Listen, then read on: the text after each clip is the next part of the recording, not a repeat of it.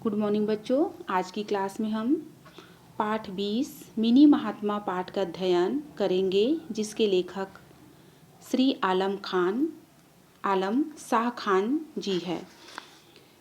इस पाठ का मुख्य पात्र है मोहन।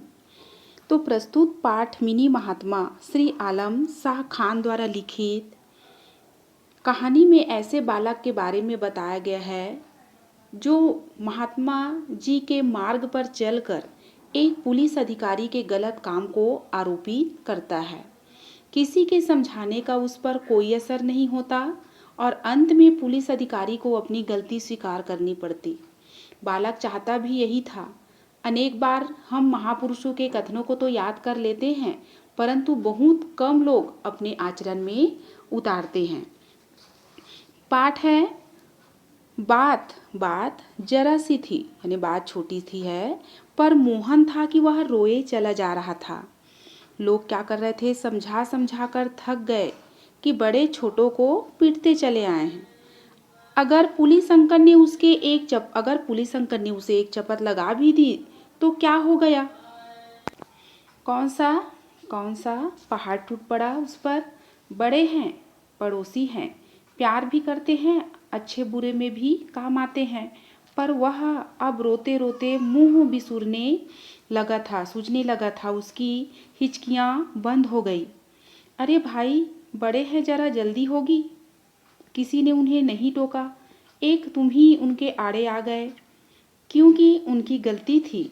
बड़ों ने नहीं टोका उन्हें और मैंने टोक दिया तो मुझे पीट दिया। मोहन कहता है कि बड़ों ने नहीं टोका उन्हें और मैंने टोक दिया तो मुझे पीट दिया। क्यों?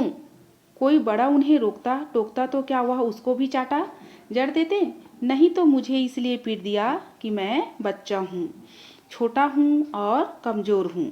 लोग भी तरह तरह की बातें कर रहे थे। लड़का जिरह किए जाता, इसे कौन समझाए? रोता है, रोने दो, कब तक रोएगा?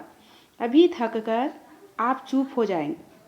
चलो जी चलो। सब इंस्पेक्टर साहब भी चले। सुबह ही सुबह रोनी सूरत सामने पड़ी। छुट्टी का दिन न बिगड़ जाए, इतना कहकर सुनकर बूथ के आगे खड़े लोग बिखर गए।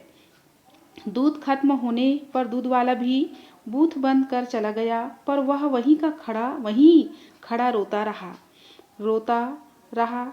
टस से मस न हुआ। सूरज की किरणें चमकने पर भी जब वह घर न पहुंचा तो उसकी माँ ने इधर उधर पूछा। मोहन की माँ ने जब मोहन घर पर नहीं पहुंचा तो वहाँ क्या किया, इधर उधर मोहन की माँ ने पूछा। पड़ोस के गुल्लू ने सारी बात उसकी माँ को बताई। सुनकर माँ उस पर बूथ के पास गई तो वह उनसे लिपट गया, हिचकियाँ भरकर रोने लगा। माँ ने भी वही कहा जो सबने कहा था। अरे बेटा, बड़े हैं, बाप बराबर, तनिक चपतिया दिया तो क्या हो गया? कौन तीर तान दिया? चुप भी हो जाओ अब। मार दिया तो कुछ नहीं, बड़े हैं और मार दे, पर मेरा कसूर तो बताएं। बप्पा को कारखाने में यूनियन वालों ने मारा, वे अस्पताल में पड़े हैं, उनका कोई कसूर होगा। पर मुझे क्यों मारा? मेरी क्या गलती थी, क्या कसूर था? अब जिद मत कर, तूने दूध भी नहीं लिया। मेरे बप्पा को अस्पताल नाश्ता देने जाना है। तेरे बप्पा को अस्पताल नाश्ता देने जाना है, तुझे याद नहीं? मैं नहीं जाऊंगा, कहीं नहीं जाऊंगा। मोहन कहता है कि मैं नहीं जाऊंगा, न कहीं नहीं जाऊंगा।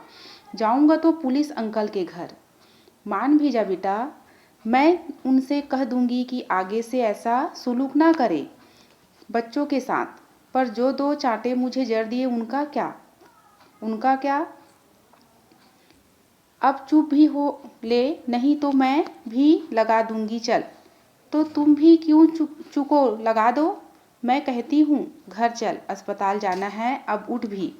मैं नहीं आता, पुलिस अंकल के घर जाकर पूछूंगा उनसे कि मेरा कसूर बताइए। नहीं आता तो जा मर्ज कहीं। इतना कह माँ सिर पर पल्ला ढक कर वहाँ से चल दी। ट्रिन ट्रिन ट्रिन घंटी घनघनाई।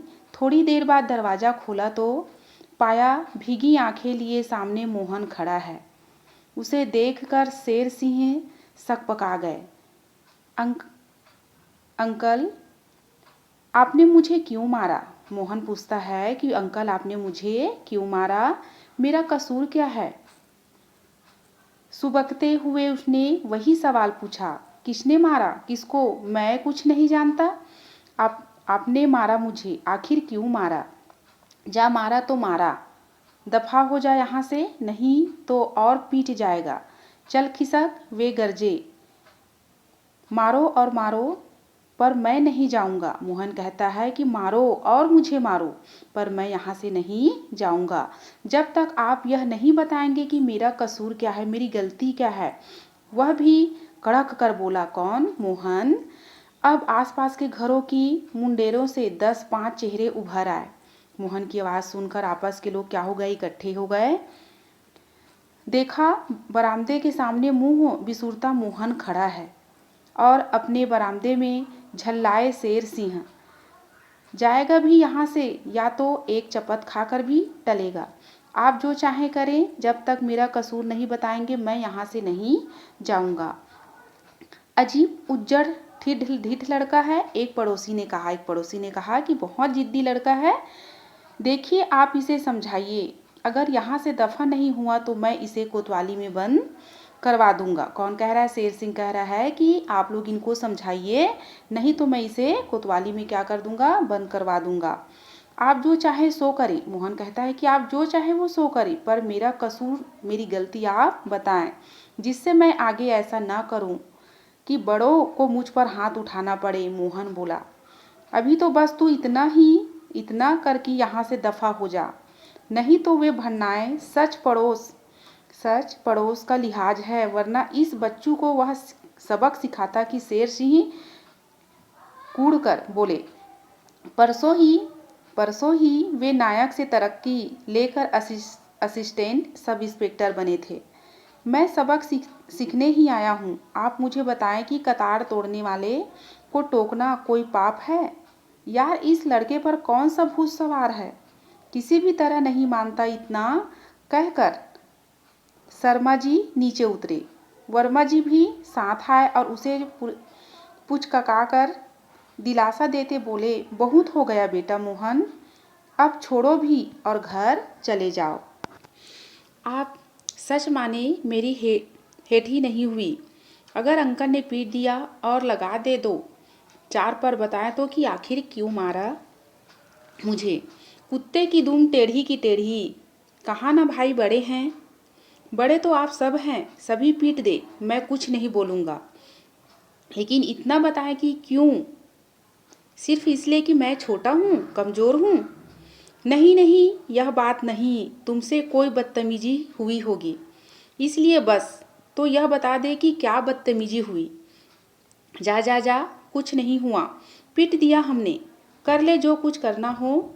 सब शेर सिंह के भीतर बैठा पुलिस वाला बोला, ठीक है तो मैं यहीं बैठा हूँ आपके फाटक के बाहर, बैठ या मर हमारी बला से, शेर सिंह ने कहा। तभी उनकी घरवाली बाहर आई और उसने सामने खड़े लोगों के हाथ जोड़कर वहाँ से जाने को कहा और मोहन की बाह थाम भीतर ले गई। अब बोल बेटा, क्या गजब हो गया? अगर इन्होंने एक आध लगा भी दी तो क्या हुआ? जैसे हमारी अमृत वैसा तू है। चल मुंह धो, कुल्ला कर और नाश्ता कर ले। उठ। आंटी आपकी बात सर आंखों पर अंकल बताएं। अब क्या बताएं? समझ ले कि गुस्सा आ गया तो बस बाहर 5 पड़ोसियों के सामने यही कह दे, भाई तू तो बहुत जिद्दी है, इससे क्या हो जाएगा? मुझे तसल्ली हो जाएगी कि मैंने ठीक काम किया था। मैं कहती हूँ कि तुमने गलती नहीं की, ठीक किया। आपने कहा माना, पर पीटा तो अंकल ने सबके सामने। अजी सुनते हो, सुबह सवेरे क्या महाभारत रचा बैठे। कह दो कि ठीक था मोहन, बस गुस्से में पीट दिया। बस रहने दो भलमन साहब, यह नाचीज मुझे अपने घर में अपने बच्चों के सामने अपमानित करना चाहता है। शेर सिंह कहता है, कि यह मुझे अपने बच्चों के सामने अपमानित करना चाहता है। इसमें क्या हुआ जो हेठी होती है आपकी? तुम रुको, मैं इसे अभी धक्के मारकर बाहर कर देता हूँ। इतना कहकर शेर सिंह आगे बढ़े। आप क्यों हलाकान होते हैं अंकल, मैं खुद ही चला जाता हूँ। मोहन ने इतना कहा और हाथ जोड़कर बाहर आ गया, पर गया नहीं, फाटक पर ही घुटनों के सिर रख कर बैठ गया। उधर वह पुलिस की नई वर्दी पहनकर तैयार होने लगे। सुनिए, वह लड़का अभी भी फाटक पर डटा है। कह दो कि गुस्सा आ गया था। क्यों जगत में संसार में डंका पिटवाते हो कि बीते भर का छोकरा थानेदार के दर्जे के सरकारी अफसर के दरवाजे पर सत्याग्रह कर बैठा है। कहीं अखबार वालों को भनक पड़ गई तो तिल का ताड़ बनेगा। फिर आज गांधी जयंती भी है। क्या कहती हो? आगे गिड़गिड़ाऊं, कहूं कि मेरे बाप बख्शो? तभी सबको सन्मति दे भगवान, ईश्वर, अल्लाह तेरे नाम की गूंज सुनाई दी। खिड़की से झांका तो देखा लड़के झंडे और तख्तियां उठाए प्रभात फेरी पर निकले। असिस्टेंट सब इंस्पेक्टर भीतर खड़े थे और मोहन बाहर। असिस्टेंट उनके फाटक पर डटा था। तभी लड़कों की टोली आ पहुंची। वहां अपने साथी को गठरी बना बैठे देखा तो सब वहीं रुक गए। क्या हुआ मोहन, यहाँ क्यों बैठा है? चलो इसे भी साथ ले लो, इसे भी तो एक तख्ती बनानी थी। चलो मोहन, प्रभात फेरी में यहाँ बैठे क्या कर रहे हो? आगे वाले बड़े लड़के ने उसे बाह थाम कर उठाया तो देखा उसकी आंखें सूजकर लाल हो गई और अभी भी उसकी आंखों से आंसू बह रहे थे। अरे क्या हुआ? इसे सभी के मुंह से निकला। तभी एक लड़के ने, जो सुबह दूध लेने आया था, सारी बात बताई और कहा कि मोहन सुबह से इस बात पर अड़ा है कि अंकल बताए उसने ऐसा क्या कसूर किया था जो उन्हें उसे पीट दिया। सब समझाकर हार गए, पर यह यहाँ से टला नहीं। सब सामने पुलिस अंकल आए और कहने लगे, अच्छा बच्चों, आज सुबह मुझसे एक ज्यादती हो गई। मैं अत्याचार कर बैठा। गुस्से में मैंने मोहन पर हाथ उठा दिया। कसूर मेरा ही था। मैं शर्मिंदा हूँ। शेर सिंह कहते हैं कि कसूर मेरा ही है, मैं शर्मिंदा हूँ।